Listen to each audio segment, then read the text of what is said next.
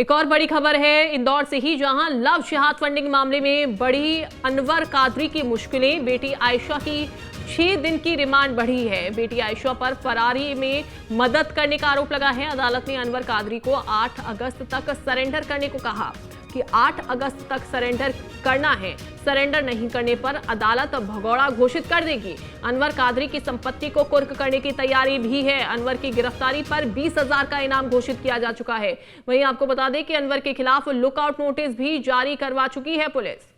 तो एक तरफ तो अनवर कादरी पर लुकआउट नोटिस जारी हो गया है और बेटी आयशा उसको भी फिलहाल तो मदद करने के आरोप में इसमें शामिल किया गया है कि मदद जो है वो अनवर कादरी की है भगाने के आरोप में। और इसके अलावा आपको बता दें कि फिलहाल तो सरेंडर करने को कहा गया है कि अगर 8 अगस्त तक अनवर कादरी सरेंडर नहीं करते तो सरेंडर नहीं करने पर अदालत भगौड़ा घोषित कर देगी। वहीं दूसरी तरफ संपत्ति कुर्क करने की भी तैयारी की जा रही है।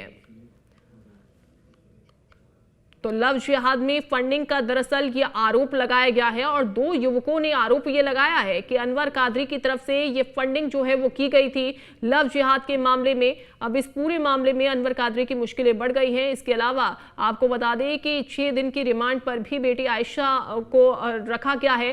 फरारी में मदद करने का आरोप लगा है। और आशीष हमारे साथ जुड़ गए हैं। आशीष, 8 अगस्त तक का समय दिया गया है फरार अनवर कादरी को सरेंडर करने के लिए। अगर सरेंडर नहीं किया जाता है तो उसके बाद भगौड़ा घोषित कर दिया जाएगा।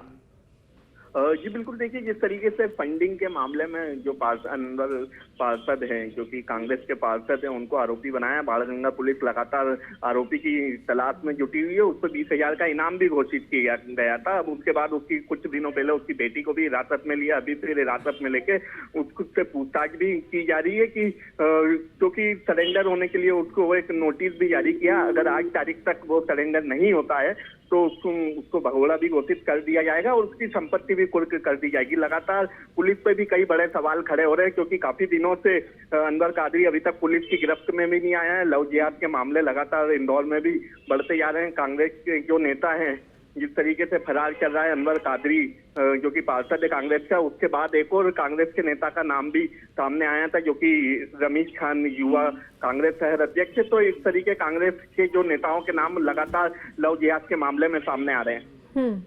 बिल्कुल बिल्कुल, लेकिन अब चूंकि सरेंडर करने को कह दिया गया है, सरेंडर नहीं किया जाता है तो संपत्ति कुर्क कर ली जाएगी। क्या इसके बारे में भी कुछ कहा गया है कि आखिरकार कब तक ये संपत्ति कुर्क करने की कार्रवाई होनी है?